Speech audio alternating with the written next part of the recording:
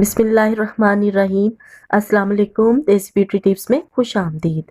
औरतों में 40 साल के बाद हार्मोन्स की तब्दीलियां शुरू हो जाती हैं, जिसके नतीजे में माहवारी का दौरानिया बढ़ जाता है।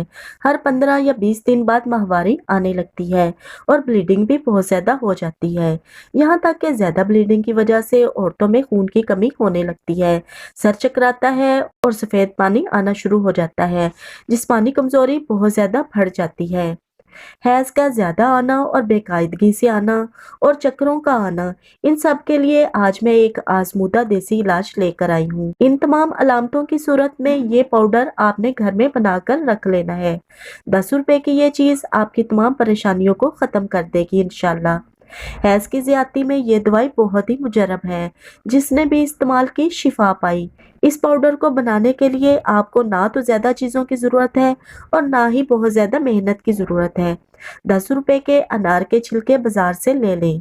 बेहतर होगा कि आप जब अनार इस्तेमाल करें तो इसके छिलके सुखा लें। ये एक नायाब चीज़ है जो पेट से लेकर दांतों की बीमारियों तक के लिए कारआमद है। करना आपने ये है कि अनार के छिलकों को ग्राइंडर में डालकर पाउडर बना लें। पाउडर आपने बहुत बारीक बनाना है ताकि खाते वक्त गले में ना चिपके। लीजिए, आपकी दवाई तैयार है। इसको खाने का तरीका भी बहुत आसान है। जब आपको माहवारी शुरू हो, इस पाउडर का 1 टीस्पून सादे पानी या नीम गर्म दूध से खा लें।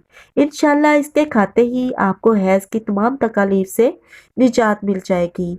हैज़ के दर्द और बेकायदगी के लिए ये एक मुजरब दवाई है। इसके अलावा ये पाउडर पेट के दर्द, अफारा और लूज मोशन के लिए भी लाजवाब है। इस पाउडर को आप किसी एयर टाइट डिब्बे में डालकर रख लें।